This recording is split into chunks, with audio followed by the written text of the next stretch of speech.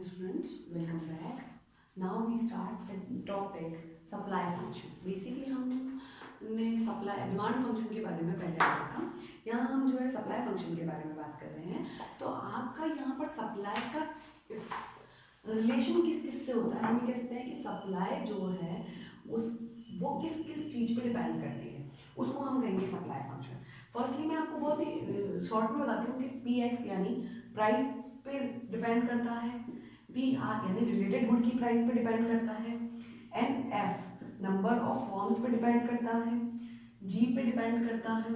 जी जी का मतलब हो गया हमारे गोल ऑफ फॉर्म, मतलब फर्म का गोल क्या है, वो अचीवमेंट क्या चाहती है, मैक्सिमम प्रॉफिट चाहती है या मैक्सिमम सेल चाहती है. फिर हमारा पी एफ पे डिपेंड करेगा. पी एफ का मतलब price of factor of predictions. Factor of predictions का मतलब होता है कि हमारी कॉस्ट क्या आने वाली है. फिर हमारे टी पे डिपेंड करता है, टी का मतलब हो जाता है टेक्नोलॉजी से. फिर हम बात करेंगे यहाँ पर ई एक्स पे.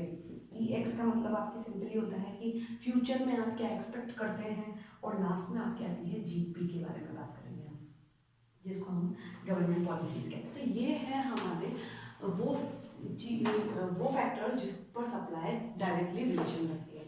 यानी अब यहाँ पर मैं आपको बताती हूँ फंक्शनल रिलेशन का मतलब ये होता है कि आपकी इक्वल्स के लेफ्ट हैंड साइड जो भी आपकी कंपोनेंट आएगी उस कंपोनेंट का रिलेशन किस किस के साथ है. पॉजिटिव भी हो सकता है, नेगेटिव भी हो सकता है, बट किस किस से वो इफेक्टिव होती है, किस इस चीज में परिवर्तन होने से इसमें इफेक्ट आता है. This is called functional relation. Functional relation F से शो करते हैं. ये पॉजिटिव और नेगेटिव दोनों ही हो सकते हैं. ठीक है, हमें एक चीज को मेंशन करना होता है, इसलिए हम यहाँ पर एफ को मेंशन करते हैं कि पॉजिटिव भी हो सकता है और नेगेटिव भी हो सकता है. एस आपका सप्लाई का डिनोट करता है. ये सारे कंपोनेंट्स हैं जिसकी वजह से सप्लाई में चेंजेस आ सकते हैं. तो पहले हम एक एक कंपोनेंट के बारे में चलते जाएंगे. पी एक्स का मतलब देखिए, supply function studies the functional relationship between supply of a commodity and its various determinants. The supply of a commodity mainly depends on its own price. सबसे पहली जो सप्लाई डिपेंड करती है वो उसकी प्राइस पे, यानी जो भी गुड आप सेल करने वाले हैं उसी की सप्लाई क्या है, उसी की प्राइस क्या है, वो एक दूसरे से रिलेशन सबसे ज़्यादा रखती है. The other determinants are price of related goods, number of firms, industries, goals of firms, price of factor of prediction, state of technologies, business expectations and the government policies. ये सारी बातें और भी हैं जिन पे सप्लाई का इफेक्ट होता है. Thus, supply of a commodity is a function of several factors as expressed in the following equation. ये इक्वेशन आपके सामने है. ये आपको रिलेशन शो करके बताएगी कि किसका रिलेशन, जैसे मान लीजिए पी एक्स का रिलेशन सप्लाई से कैसा होगा, पी आर का है तो कैसा होगा, ये हम यहाँ पर एक एक को देखने वाले हैं. ठीक है, तो own price of a commodity की अगर हम बात करते हैं तो own price of a commodity यानी ये जो प्राइस है वो ओन कमोडिटी है. यहाँ हम एस एक्स लिख सकते हैं. सप्लाई ऑफ एक्स गुड के बारे में हम बात करें तो जिस गुड की आप सप्लाई कर रहे हैं उसी गुड की प्राइस में चेंज होता है. तो कैसा रिलेशन होगा, पॉजिटिव रिलेशन होगा. बेसिक है कि आपकी जैसे ही प्राइस इंक्रीज होगी सप्लाई भी इंक्रीज कर दी जाएगी. अगर प्राइस डिक्रीज होगी तो सप्लाई भी डिक्रीज कर दी जाएगी. अगर वो सेम गुड की ही प्राइस और सेम गुड की ही सप्लाई के बारे में हम बात कर रहे हैं तो there is a direct relationship between own price of a commodity and its quantity supplied. Generally, higher the price, higher the quantity supplied, and the lower price and the lower quantity supplied. जैसे ही price increase होती है तो commodity supplier increase कर देगा, और अगर price decrease होती है तो सप्लाई भी डिक्रीज हो जाएगी. प्राइस ऑफ रिलेटेड गुड्स का मतलब ये हो गया कि गुड्स कैसी हैं. जैसे वो जो गुड आप सेल कर रहे हैं वो जो गुड है वो इंफीरियर गुड है, रिलेटिव गुड है, गिवन गुड है, सब्सिट्यूट गुड है, इन पे भी डिपेंड थोड़ा सा करता है. तो बेसिकली क्या होगा, supply of good depends upon the price of related goods. Supply depend करती है पड़ोस वाली यानी रिलेटेड गुड पे.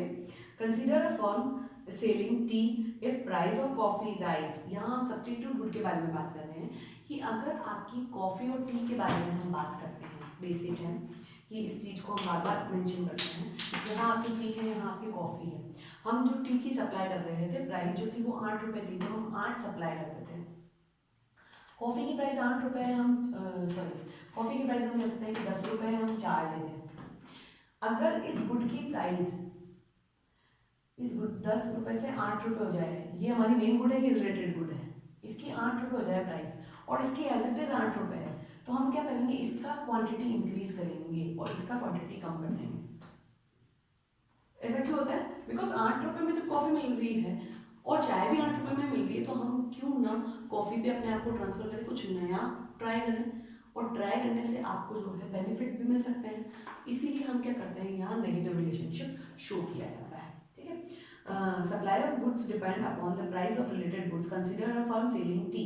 If price of coffee is rise market, the firm will be willing to sell less tea. यहाँ पर जो है, जैसे ही अगर कॉफ़ी की प्राइस कम होती है तो टी की सप्लाई अपने आप ही कम हो जाएगी, बिकॉज जिसकी प्राइस कम हुई है उसकी सप्लाई इंक्रीज नहीं करेगा, लेकिन उसकी डिमांड वहाँ इंक्रीज हो जाएगी। The same quantity of T will be sold only at the higher price. Quantity जो है आपकी टी की वही सेल होगी, बिकॉज जो है उसकी प्राइस में चेंज नहीं हुआ। नेक्स्ट आता है आपके number of firms in the industry, NF। अगर आपकी इंडस्ट्री जो फर्म्स हैं वो ज़्यादा है तो डेफिनेटली सप्लाई भी ज़्यादा होगी, और फर्म्स कम है तो सप्लाई भी कम रहेगी, तो यहाँ जो रिलेशन होगा वो पॉजिटिव होगा। तो बेसिक यहाँ पर क्या होता है, हमने पॉजिटिव रिलेशन बताया, नेगेटिव बताया, और यहाँ पर भी पॉजिटिव। ठीक है, फर्म्स बढ़ गई तो सप्लाई भी अपने आप मार्केट में बढ़ जाएगी, अगर फर्म्स कम हो जाती है तो सप्लाई भी अपने आप कम हो जाएगी। गोल ऑफ फर्म्स का मतलब ये होता है कि दो तरह के फर्म के गोल होते हैं। अगर उसको मैक्सिमम सेल करना है, मैक्सिमम सेल करना है या मैक्सिमम प्रॉफिट कमाना है, दो तरह के गोल होते हैं उनके। अगर उसको मैक्सिमम सेल करना है तो सप्लाई इंक्रीज होगी, और अगर मैक्सिमम प्रॉफिट कमाना है तो सप्लाई कम हो जाएगी। ठीक है, तो गोल ऑफ फर्म क्या कहता है, if goal of firm is maximum profit, more quantity of commodity will be offered only at the higher price. अगर उसका मैक्सिमम सेल करना उसका उद्देश्य रहा है या लक्ष्य रहा है, तो वो हायर प्राइस पे उसको सेल करेगा। If goal of firm is to maximize sale, अगर वो मैक्सिमाइज सेल करना चाहता है, more will be supply even at the same price, वो उस समय सेम प्राइस पर गुड्स और सर्विसेज को इंक्रीज कर सकता है। अगर आपको जो है सेल ज़्यादा चाहिए तो सप्लाई इंक्रीज करनी पड़ेगी, अगर आपको प्रॉफिट ज़्यादा चाहिए तो सप्लाई कम करनी पड़ेगी, प्राइस बढ़ानी पड़ेगी। ठीक है, अब यहाँ क्या होता है, price of factor of production. Basic है कि अगर फैक्टर ऑफ प्रोडक्शन महंगे होंगे तो सप्लाई कम हो जाएगी, कॉस्ट बढ़ जाती है, प्रॉफिट कम हो जाता है, इसीलिए उस सिचुएशन में यहाँ नेगेटिव रिलेशन शो करता है। अगर आपके फैक्टर ऑफ प्रोडक्शन की रेट इंक्रीज होती है तो सप्लाई कम हो जाएगी, और अगर फैक्टर ऑफ प्रोडक्शन सस्ते हैं तो प्राइस तो क्या होगा, आप सप्लाई को इंक्रीज कर देंगे। टेक्नोलॉजी पे डिपेंड करता है, बिल्कुल सिंपल है कि आपकी टेक्नोलॉजी अच्छी है तो कॉस्ट कम आएगी और उस समय सप्लाई इंक्रीज हो जाएगी।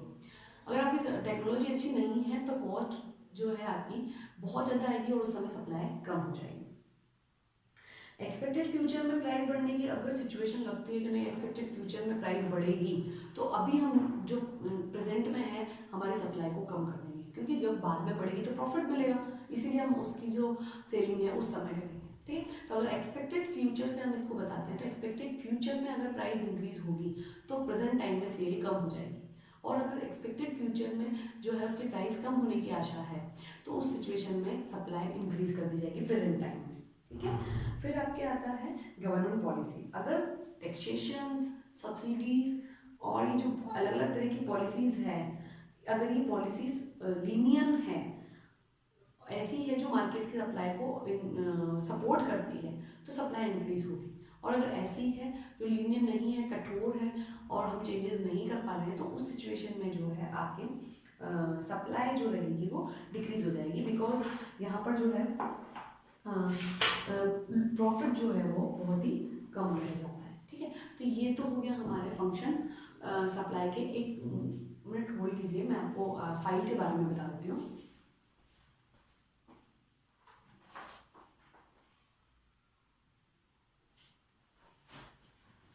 प्रीवियस क्लास में हमने प्रोजेक्ट से रिलेटेड बात डिस्कस की थी। मैं आपको एक सिंपल प्रोजेक्ट बताती हूँ कि इस तरीके की फाइल आप यूज़ कर सकते हैं, इस तरीके की यूज़ कर सकते हैं, चॉइस इज योर्स कि आप यहाँ पर फाइल कैसे यूज़ करते हैं।